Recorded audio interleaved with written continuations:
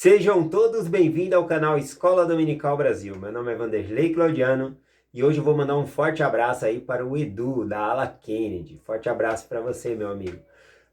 Hoje eu vou compartilhar com a gente aqui Gênesis capítulo 15, tá bom? Que fala da herança, né, que foi prometida, a promessa que foi feita a Abraão. E nós fazemos parte dessa promessa também, dessa herança para Abraão aí, tá bom? Então eu vou compartilhar com vocês aqui sobre isso. Mas antes eu gostaria de compartilhar o sentido de uma palavra aí, tá bom? Para que nós possamos ter mais conhecimento que vai ajudar no nosso estudo aqui. É a palavra miserável. Você sabe o que significa ser miserável? Miserável não significa não ter dinheiro ou ser pobre, tá bom? Miserável significa não ter uma herança, né? Não ganhar uma herança. Bom, em qual sentido que eu estou falando isso, né? Em qual sentido a palavra miserável significa não ter uma herança? Bom, olha aqui o que diz aqui em 2 Nef, capítulo 2, versículo 18, falando de Lúcifer, né? O diabo, quando ele caiu ali. Diz assim, ó. E por haver caído do céu, tendo tornado-se miserável para sempre. Então, por Lúcifer, ele ter caído do céu, ele se tornou miserável. Ele não tem uma herança, ele não tem nada, né? Então, o sentido da palavra miserável é não ter uma herança.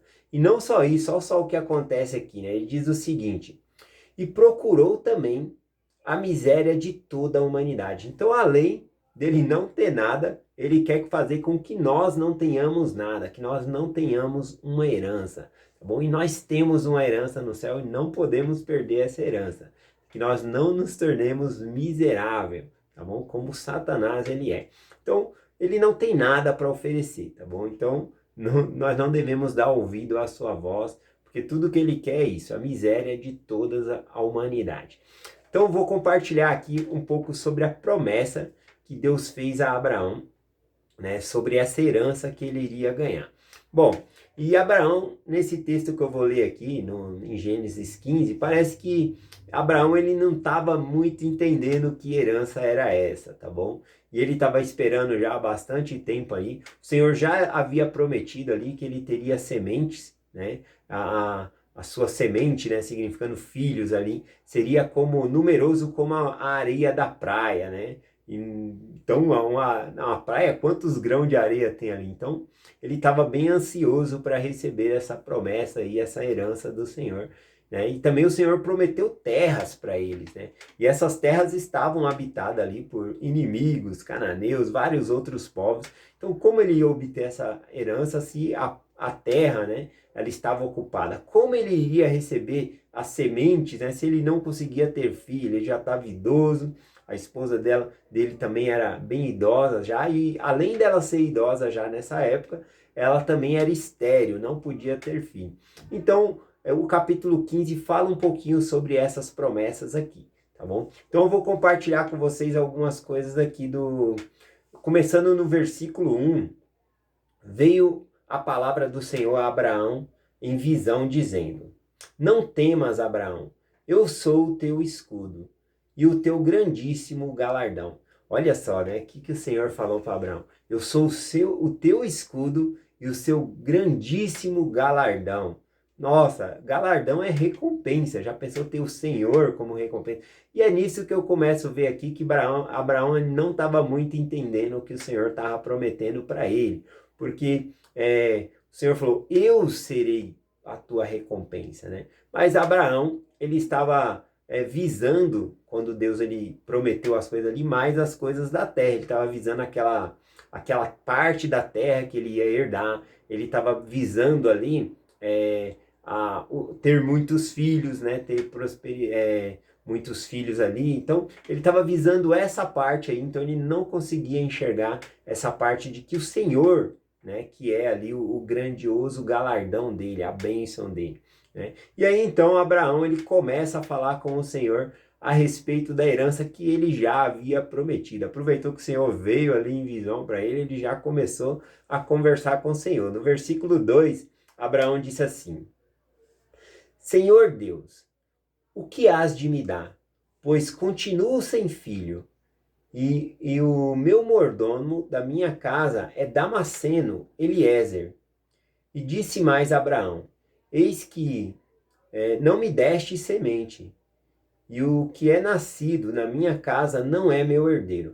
Bom, aqui ele está falando de Eliezer, que era um servo muito obediente, que ele gostava muito desse Eliezer.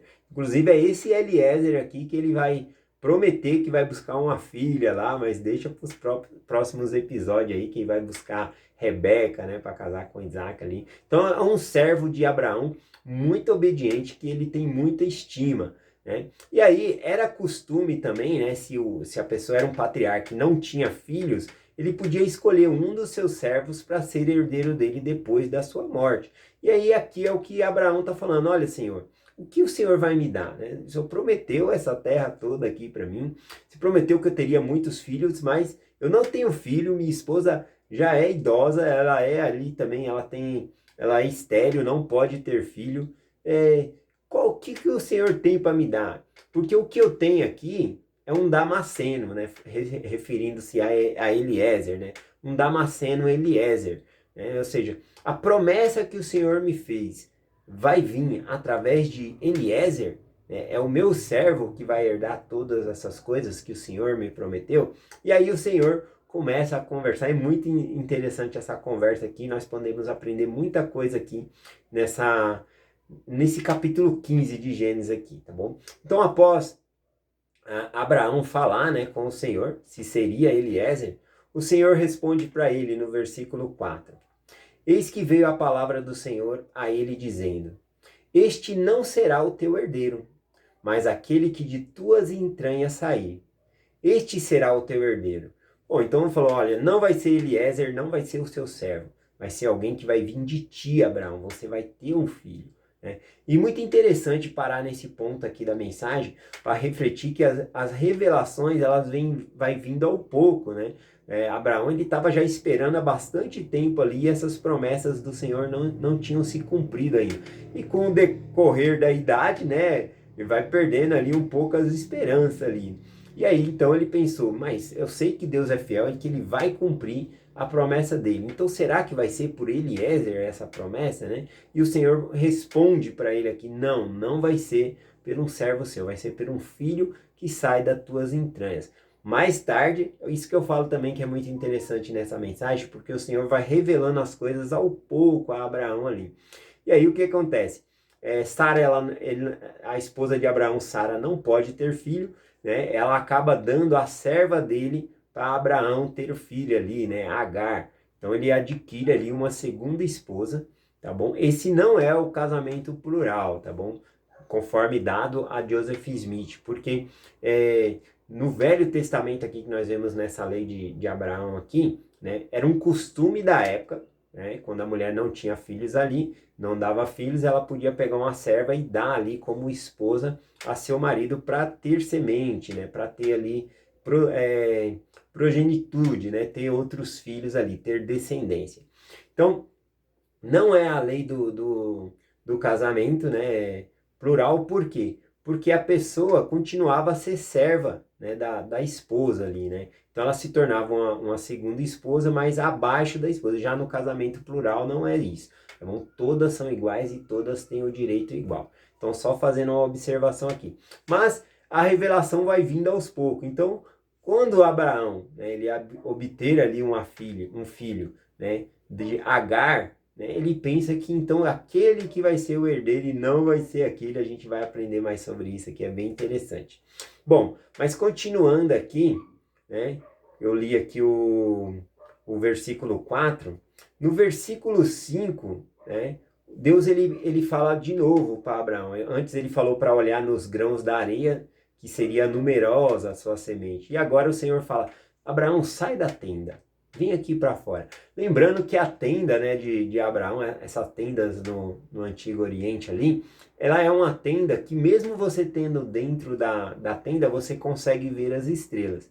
E ela é feita de um tipo de tecido, né, que quando tem a umidade do ar, ela se fecha, tá bom? O tecido ele acaba se fechando ali, ou seja, se chover não molha dentro. Mas se tiver calor, né, você consegue ver o céu, ver as estrelas, entra a ventilação, tá bom? Então é uma tenda um pouco diferente ali. Mas Abraão podia ver as estrelas ali de dentro da tenda, mas o Senhor falou, sai para fora, Abraão, vem para cá que eu quero te mostrar as estrelas. E aí ele mostrou, né, viu as estrelas ali, naquela época ali, sem poluição, quantas estrelas ele viu. Ele falou, se você pode contar essas estrelas, este vai ser o número da sua descendência. Ele ficou muito feliz e acreditou nessa promessa do Senhor, nessa conversa que o Senhor estava tendo com ele ali. Então ele ficou muito feliz, tá bom? Lembrando que as estrelas do céu, elas são mais numerosas do que, do que o número de areias, né, na terra. Então o Senhor está prometendo uma bênção enorme ali para Abraão, tá bom? Então, após esse episódio aqui dele sair para fora, no versículo 7 disse assim, e disse-lhe mais, o Senhor Deus, né?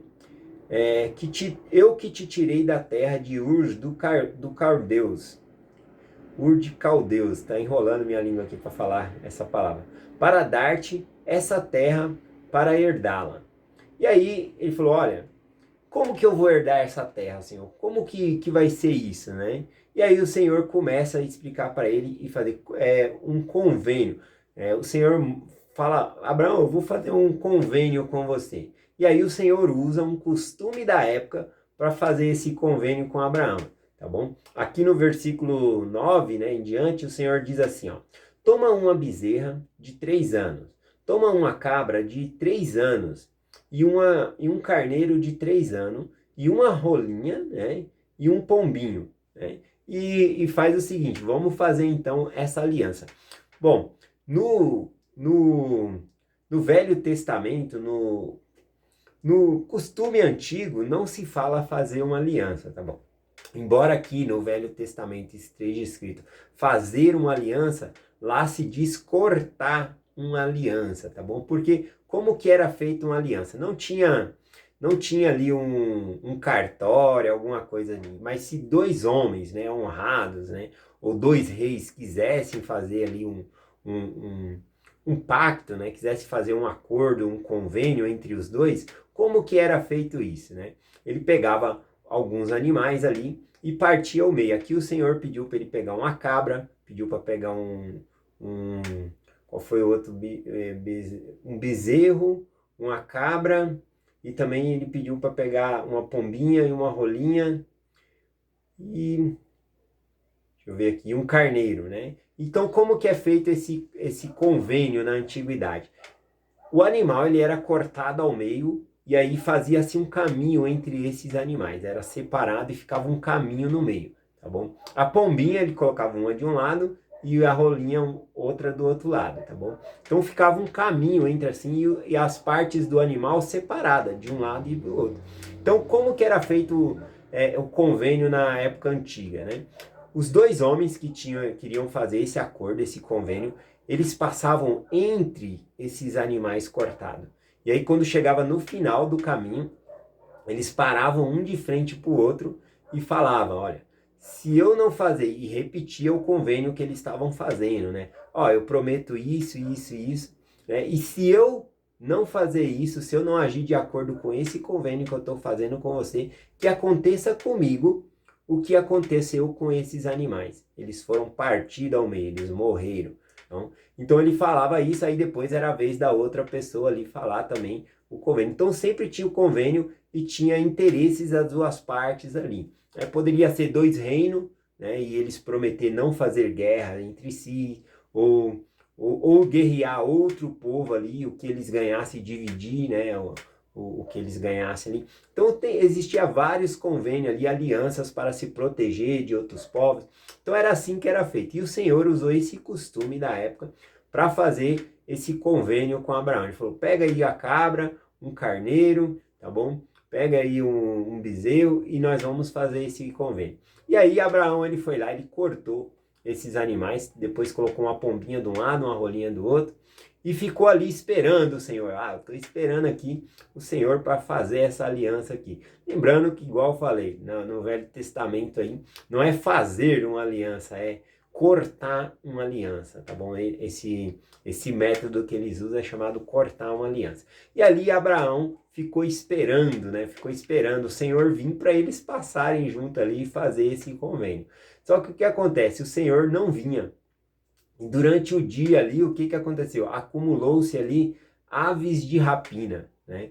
Essa aqui só fala aves, né? A de rapina pode ser corvos, abutres, águias. Eles vinham atraídos por causa dos animais que estavam mortos ali, né? Eles eram atraídos e eles vinham para comer a carcaça dos animais.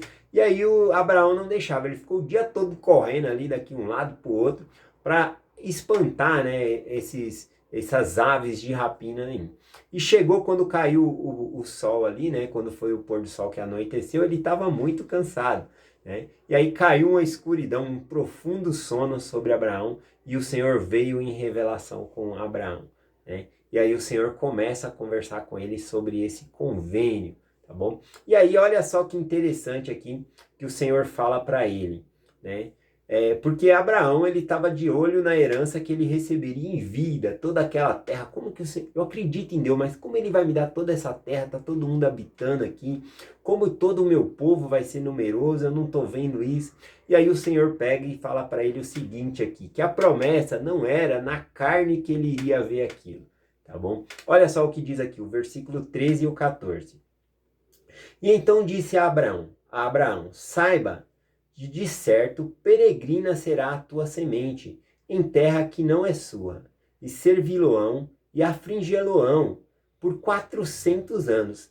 Mas também eu julgarei a nação a qual servirão, e depois sairá com muitos bens. Bom, aqui o Senhor dá uma profecia falando, olha, você está pensando que a promessa é para agora, Abraão? Não, essa promessa é lá para o futuro, de obter essa terra, de ter uma semente numerosa, é lá para o futuro, tá bom?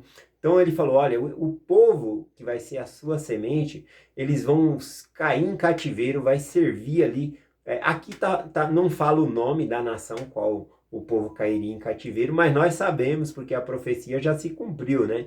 Tá falando ali de quando os filhos de Israel eles vão para o Egito ali por causa daquela fome e depois levanta-se outro faraó e escraviza eles ali pelo período de 400 anos, né?